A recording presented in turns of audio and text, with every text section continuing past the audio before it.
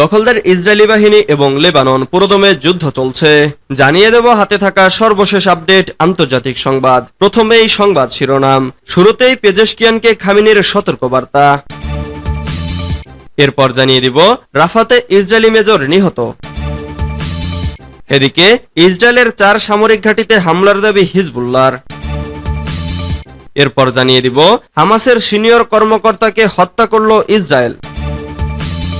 আরো জানিয়ে দিব 10ম মাসে গড়ালো গাজা যুদ্ধ।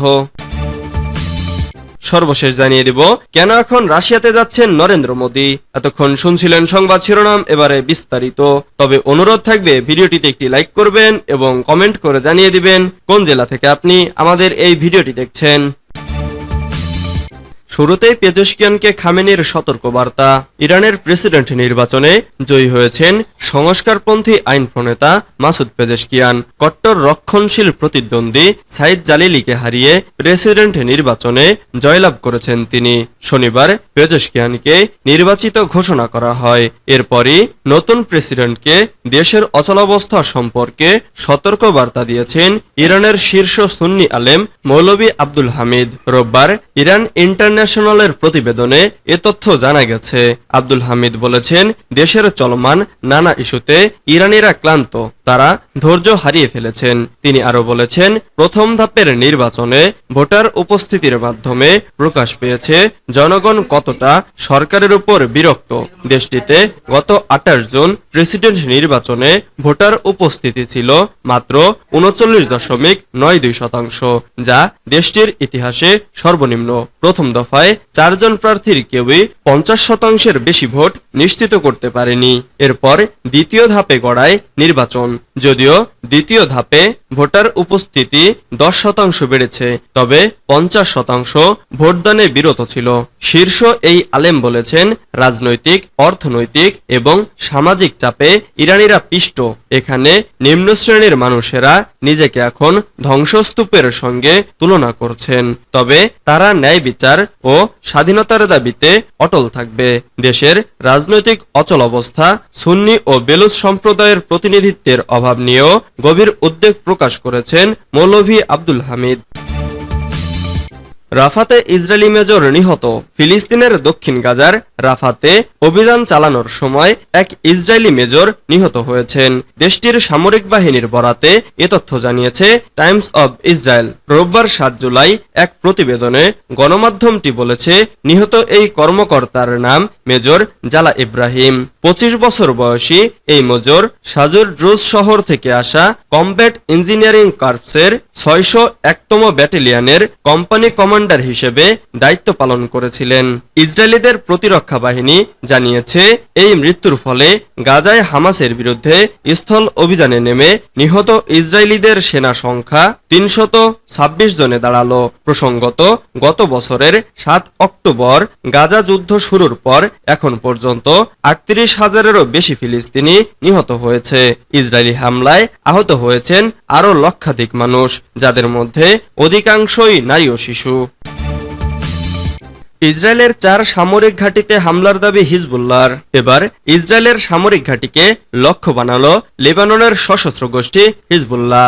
দেশটির অন্তত 4 সামরিক ঘাঁটি টার্গেট করে ব্যাপক ধ্বংসযজ্ঞ চালিয়েছে ইরান সমর্থিত গোষ্ঠীটি। তেল আবিবের হামলায় হিজবুল্লাহ যোদ্ধা নিহতের প্রতিবাদে ছোড়া হয় কমপক্ষে 60টি কাতিউসা রকেট। এক ইসরায়েলি সেনার মৃত্যু সহ যাতে ক্ষতিগ্রস্ত হয় উত্তরাঞ্চলের বিভিন্ন এলাকা।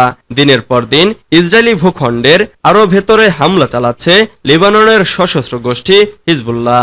এতদিন সীমান্তবর্তী এলাকা লক্ষ্য করে বিচ্ছিন্ন হামলা চালালেও এখন কৌশলগতভাবে গুরুত্বপূর্ণ এমন স্থাপনায় আঘাত হানছে হিজবুল্লাহ ছোড়া রকেট। রোববার উত্তর ইসরায়েলের বেশ কয়েকটি এলাকা লক্ষ্য করে কমপক্ষে 60টি রকেট ছোড়ে সশস্ত্র গোষ্ঠী হিজবুল্লাহ। কয়েক দফার এই হামলায় ব্যাপক ক্ষয়ক্ষতির মুখে পড়ে ইসরায়েলের কয়েকটি এলাকা। ক্ষতিগ্রস্ত হয় বিরকাত রিশা সামরিক স্থাপনা। গাইডেড বোমা হামলায় প্রাণ যায় ঘাটির এক ইসরায়েলি সেনার। আগুন লেগে যায় স্থাপনার বিভিন্ন অংশে। আহত হয় আরো কয়েকজন ইহুদি সেনা।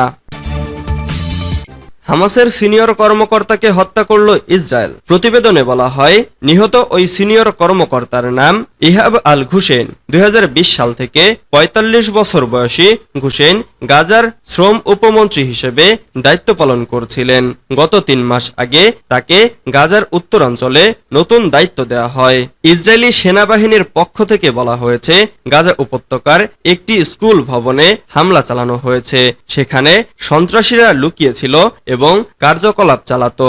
সেখানেই আল ঘুসেইনের অবস্থানের বিষয়ে নিশ্চিত হয় আইডিএফ। উল্লেখ্য, গত বছরের 7 অক্টোবর ইসরায়েলে ঢুকে হামলা চালায় হামাস। জবাবে উপত্যকায় বিরামহীন হামলা শুরু করে ইসরায়েল। তাদের হামলা থেকে রেহাই পায়নি শিক্ষা প্রতিষ্ঠান, হাসপাতাল, মসজিদ কিংবা গির্জার মতো বেসামরিক স্থাপনাও। 9 মাসের এই আগ্রাসনে এখন পর্যন্ত নিহতের সংখ্যা ছাড়িয়েছে 38,000। নিহত ফিলিস্তিনিদের বেশিরভাগই নারী ও শিশু। 10ম মাসে গড়ালো গাজা যুদ্ধ। ফিলিস্তিনের অবরুদ্ধ গাজা উপত্যকায় ইসরায়েলের যুদ্ধ 10ম মাসে গড়িয়েছে। ইতোমধ্যে ইসরায়েলি হামলায় নিহতের সংখ্যা বেড়ে 38,153 জনে পৌঁছেছে। আহত হয়েছে আরও 1 লাখের বেশি মানুষ। দীর্ঘ এ যুদ্ধে মানবেতর জীবনযাপন করছেন উপত্যকার বাসিন্দারা। বিশ্বের বিভিন্ন প্রান্ত থেকে এ যুদ্ধের দাবি জানানো হলেও তা কানে করছে না ইসরায়েল। এত প্রাণহানি ও ধ্বংসযজ্ঞ সত্ত্বেও গাজায় হামলা অব্যাহত রেখেছে তারা। সোমবার 8 জুলাই কাতার ভিত্তিক সংবাদ মাধ্যম আল জাজিরা জানিয়েছে, গাজায় ইসরায়েলি হামলায় আরও 27 ফিলিস্তিনি নিহত হয়েছেন। এর মধ্যে গাজার পশ্চিমাঞ্চলের একটি স্কুলে হামলা চালিয়েছে তারা। স্কুলটি বাস্তুচ্যুত লোকেদের জন্য আশ্রয়কেন্দ্র হিসেবে ব্যবহার হয়ে আসছিল। এ সময় অন্তত 4 ফিলিস্তিনি নিহত হয়েছেন। প্রতিবেদনে বলা হয়েছে, মধ্য গাজার আল জাওয়াইদা এলাকায় একটি আবাসিক ভবনেও ইসরায়েলি সেনাবাহিনী হামলা চালিয়েছে। এতে অন্তত 6 জন নিহত হয়েছে। তাদের মধ্যে 2 শিশু রয়েছে বলে জানিয়েছে ফিলিস্তিনি রেড ক্রিসেন্ট সোসাইটি। জাতিসংঘের সংস্থাগুলো বলছে, ইসরায়েলি আগ্রাসনের ফলে গাজার 90% বাসিন্দা বাস্তুচ্যুত হয়েছেন। এছাড়া সেখানকার প্রায় 5 লাখ মানুষ বিপর্যয়কর ক্ষুধার সম্মুখীন। এমনকি উপত্যকাটির বেশিরভাগ হাসপাতালও বন্ধ অবস্থায় রয়েছে। কেন এখন রাশিয়াতে যাচ্ছেন নরেন্দ্র মোদী? প্রায় 2.5 বছর আগে 2022 সালের ফেব্রুয়ারিতে রাশিয়া ও ইউক্রেনের মধ্যে যুদ্ধ শুরু হওয়ার পর এই প্রথম মস্কো যাচ্ছেন ভারতের প্রধানমন্ত্রী নরেন্দ্র মোদী। রুশ প্রেসিডেন্ট ভ্লাদিমির পুতিনের আমন্ত্রণেই তার 2 দিনের এই সফর, যেখানে 2 নেতার মধ্যে একান্ত বৈঠকও অনুষ্ঠিত হবে। সারা বিশ্বের কূটনৈতিক মহলও এই সফরের দিকে সতর্ক নজর রাখছে। ঘটনাচক্রে প্রধানমন্ত্রী মোদী সোমবার মস্কোর উদ্দেশ্যে